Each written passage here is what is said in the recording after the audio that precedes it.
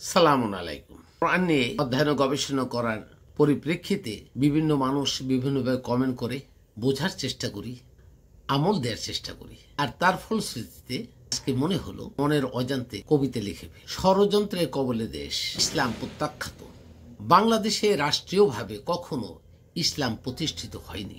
রাষ্ট্রের কোথাও কোরআন জানার কথা বলা হয়নি।